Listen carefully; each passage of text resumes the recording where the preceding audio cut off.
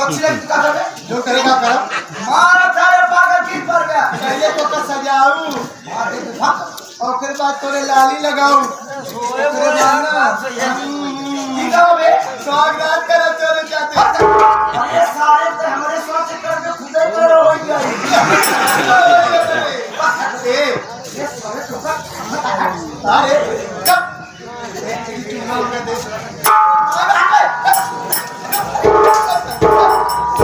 और ये पगला मार नाम मिली आना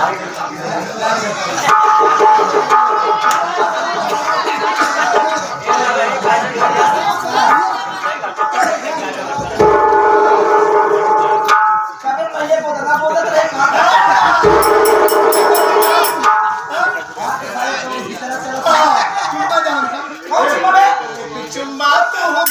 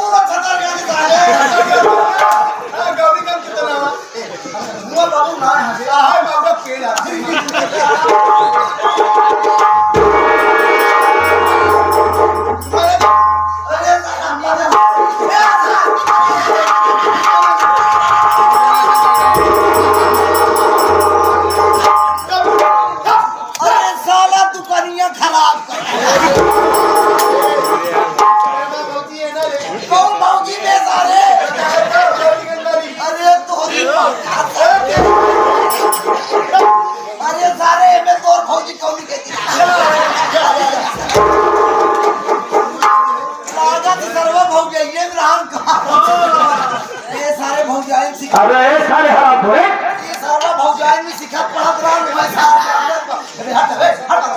अबे साथी सबका देख अरे साथी साथी का छोड़ा ना बात है अरे जाइन से तू का रखू अपने भौजी के साथ है यूट्यूब पर जाइन से तू का रखू बोल रहा हूँ क्या है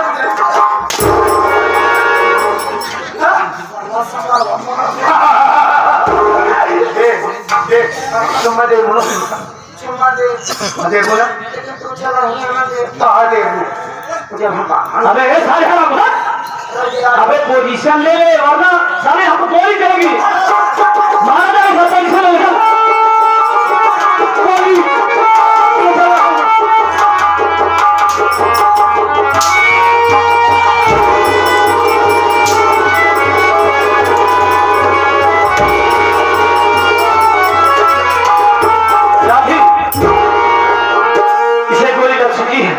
गोली लग गया यार बेचारे और इसकी जान बचाना बहुत जरूरी है।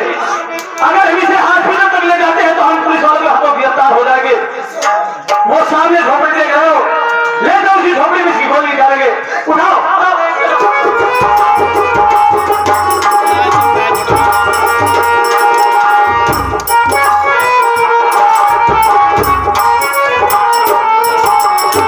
बस कहाँ भाग जाएगा जंगल के ओर से भाग रहा था। गोली लगने के बाद गोली चार्ज होगी हो गया तो भाग कितना भागेगा जहां तक उसको भाग रहा भाग नहीं ठीक नहीं सैकड़ों गोली चलाऊंगा पीठ पर पड़े भागे जाएगा वहां तुम मेरे इशारों से बच नहीं पाएगा क्योंकि तुमने इस तरह का धोखे दिया है। मैं आ रहा हूं के पीछे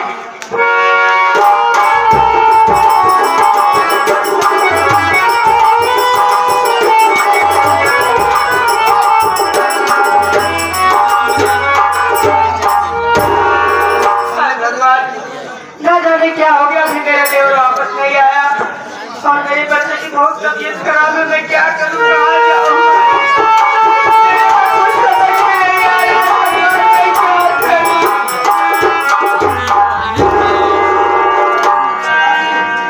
साथी हम झोपड़ी तक आ गए। सब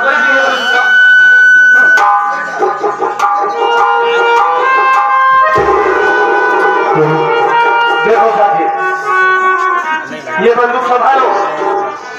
अब देख रहा हूं झोपड़ी के बाहर एक औरत दिखाई दे रही है। अगर ये बंदूक को देखेगी तो डर जाएगी और अपने घर में ये छुपने नहीं देगी। अगर घर छुपने नहीं देगी तो पुलिस वालों के हाथों हम गिरफ्तार हो जाएंगे। गिरफ्तार हो जाओगे तो मैं इसकी गोली कहां से निकाल पाऊंगा। इससे विनती करूंगा,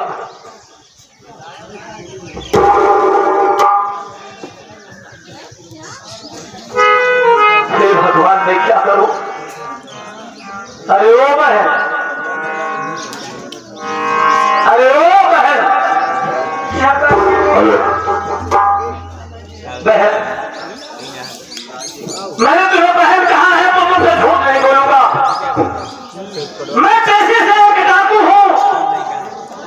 डाकू और पुलिस वालों के बीच मुठभेड़ हुआ। दोनों तरफ से बराबर गोलियां चल रही थी, भारी हो रही थी और अचानक बीच में एक पागल आ गया और गोली का शिकार ये बन बैठा। इसलिए तुझसे विनती कर रहा हूं बहन, मेरे पीछे इस वक्त पुलिस पड़ी हुई है। हो सके तो मुझे अपने घर में छुपा दो ताकि मैं पुलिस वालों से बच भी जाऊंगा। अगर मैं पुलिस वालों से बच भी जाऊंगा तो इसकी गोली भी निकाल दूंगा। इतना एहसान कर दो बहन, तुम्हारा ये एहसान, तुम्हारा ये उपकार मैं कभी नहीं भूलूंगा। भैया, ये आप क्या कह रहे हो भैया? आप डाकू हो? भैया मैं तुम्हें यहाँ छुपने की जगह नहीं दे सकती हूँ भैया। आप ना जाने कितने माँ बहने की इज्जत लूटे होंगे, कितने का घर उजाड़ा होगा भैया। मैं तुम्हें यहाँ छुपने का नहीं दे सकती भैया। नहीं बहन, तुम मुझे जिसमें का डाकू समझ रहे हो, मैं उसमें का डाकू नहीं हूँ। मैं तो घर और ईमान का डाकू हूँ। मैं किसी बहन बेटियों की आबरू को नहीं लूटा, बल्कि हर बहन बेटियों को अपनी बहन बेटी समझता हूँ। किसी गरीब का घर नहीं उजाड़ा, किसी बच्चे को यतीम अनाथ नहीं किया। बहन, जो हालात मजबूर होकर बंदूक उठाया हो, भला वो ऐसा कदम कैसे उठा सकता है। मेरी मजबूरी समझो, मुझे इसकी जान बचाना है, मैं अपने लिए नहीं, जबकि ये रिश्ते में मेरा कोई नहीं है। ये हमारे कोई पहचान का नहीं है, हमारे घर का नहीं है, लेकिन एक इंसानियत के नाते मैं इसकी जान बचाना चाहता हूँ। इतना एहसान कर दो, मुझे अपने घर में छुपा दो। ठीक है भैया, अगर आप कह रहे हो मैं अपने घर में आपको छिपने जरूर जगह दूंगी भैया। तुम घर हो बहन, तुम बहाल हो, तुम पुलिस वाले को संभालना। मैं इस घर में छुप जाऊंगा तो सबसे पहले मेरे पास चाकू है, आपको जलाऊंगा और चाकू को लाल करके इसकी गोली निकाल दूंगा। शायद ये बच जाऊंगा। काफी गाओ पुलिस वालों को संभालो बहन, ये पुलिस वालों की भीसी सुनाई दे रही है। ठीक है भैया।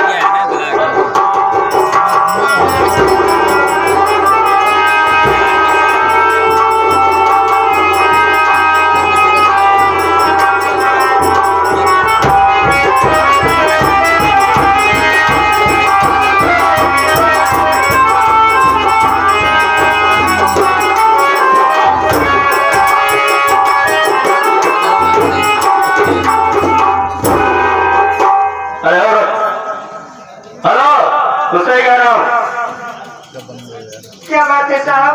इधर से डाकू गाना देखा? नहीं तो साहब। नहीं देखा? नहीं साहब। है झूठ बोल रही है। इधर ही रास्ते से भगा है और तू कह रही है कि किसी ने नहीं देखा। साहब आप मेरी बातों पर विश्वास करिए साहब, मैं खुद परेशान हूँ। मैं किसी डाकू को जाते नहीं देखा तो साहब यहाँ कोई नहीं आया साहब। अब मेरी खून के छींटे दिखा दे रहे, खून के छींटे पड़े हुए हैं और एक कह रही कि मैं डाकू को नहीं देखा। ये झूठ बोल रही है। हमको लगता है कि डाकू की मुखरी करती है ये। बताइए नहीं बताइए। नहीं साहब, आप मेरी बात पे विश्वास करिए साहब, मैं भगवान की कसम खा के कह रही हूँ साहब, यहाँ कोई डाकू नहीं आया साहब। कोई डाकू नहीं है। ऐसा झूठ बोलती है सारी कि हाँ कोई डाकू नहीं आया। आज सीधी बताएगी। कहा गया है कि सीधे उंगली से घी नहीं निकलता है, हमें को चोरी करनी पड़ती है। साहब वरना मैं औरतों को ऊपर हाथ नहीं उठाता हूँ, फिर मैं खाल खींच लूंगा। साहब अब मैं आपसे जितनी बात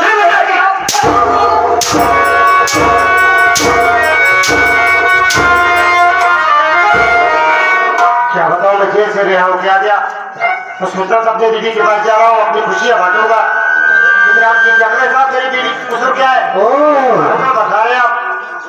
जेल से छूट के आ गया? हाँ साहब। तू जेल गया था, चरस अफीम गांजा की तस्करी करता था और जेल से छूट कर आया तो तेरी बीवी यहाँ डाकुओं की तस्करी कर रही है। क्या कर रहे आप?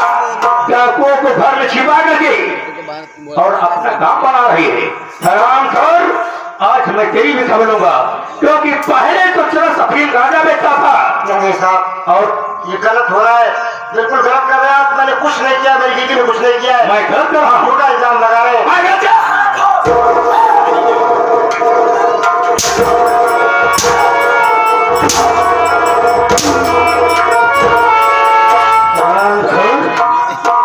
मारते मारते मैं तेरी खाल खींचूंगा। साफ साफ बोल, तेरी बीवी कब से डॉक्टर को उसके घर रहती है? बोल, नहीं बताएगा? आप गलत कर रहे हैं साहब, मेरी दीदी ने कुछ नहीं किया, मैंने कुछ नहीं किया, झूठा इल्जाम एक लगा बार रहे हैं। होला, दो बार होला, बार बार क्या समझता है उसका? बेवकूफ दिखाई देता हूँ, मैं बेवकूफ हूँ। लगा हाथ में 2 बजे ले चले जाओ यार, जाओ, नहीं बताएगा? तेरी बीवी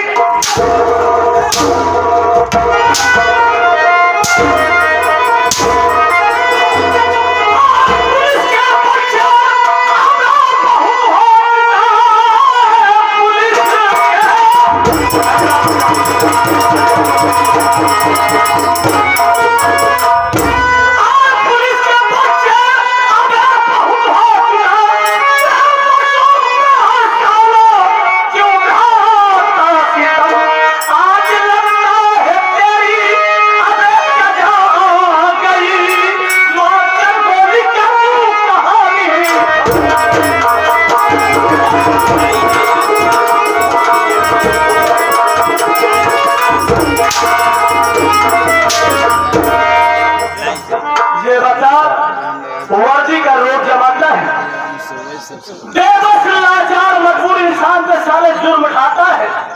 आखिर इनका कसूर क्या है? इनकी गलती क्या है? क्या खता किया वो? अबे रहमान, हमेशा साला है। इनका कसूर क्या है? मेरे सजा रहता है। इनका कसूर ही है कि मैं जो पूछ रहा हूँ, जो मैं सच्चाई पूछ रहा हूँ, उसके लिए इनकार कर रही है। और यहाँ से सच्चाई जाने है।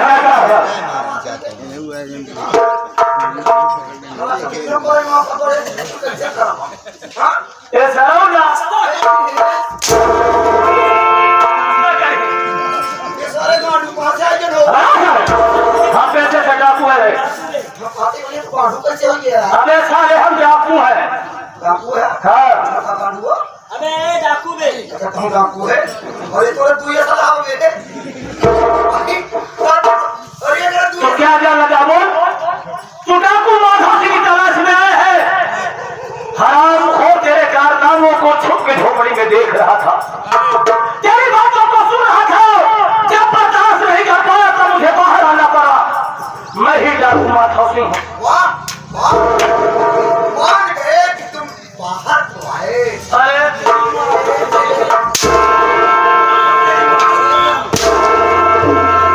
चला आप शुक्र मनावा कि हमारे से बड़े बाहर निकल गया है। क्या बे? सामने के अंदर रहते हैं। सारे का तुम लोगों का जुर्म बढ़ेगा, जब अत्याचार बढ़ेगा तो सारे तुम लोगों को मिटाना भी जरूरी पड़ेगा। साहेब हो ये सलाम फंस गए एक दोनों जनी अबे मुझे पहचान रहा है, बता। मेरी लाइसेंस भी लिया। चले दोनों चले दे। चलो जनी के ना तुझे नहीं पता कि लेडीज एंड जेंट्स मार खाना सब भूल गया थी साला मार मुझे पहचान रहा है। पहचान इस चेहरे को गौर से देख। मैं कोई घर में वही मनोज कुमार हूँ, हरामखोर। उस दिन तेरे पैरों पे गिर गिरा रहा था, तेरे कदमों को क्यों रहा था, विनती कर रहा था, मिन्नत कर रहा था विशाल।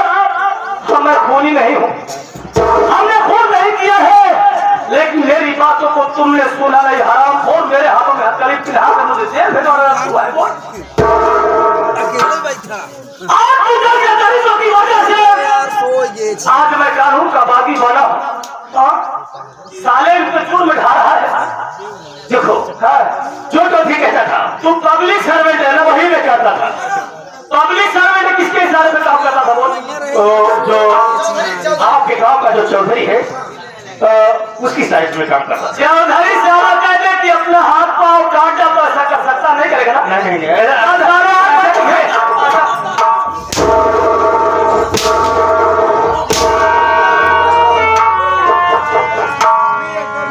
अगर तू दुनिया में जिंदा रहेगा, अब कैसे होगा? पैसा सब अगर तू दुनिया में जिंदा रहेगा सारे, तो प्रशासन वालों के लोगों का विश्वास खत्म हो जाएगा साले। तू जैसे दरिंदे रहेंगे वैसे छुपे भेड़िए रहेंगे साले। एक मौका सुधरने का दे दो मुझे। नहीं, मुझे जिंदगी से बहुत प्यार है। अरे तेरी माँ का क्या है साले, साधु का साधु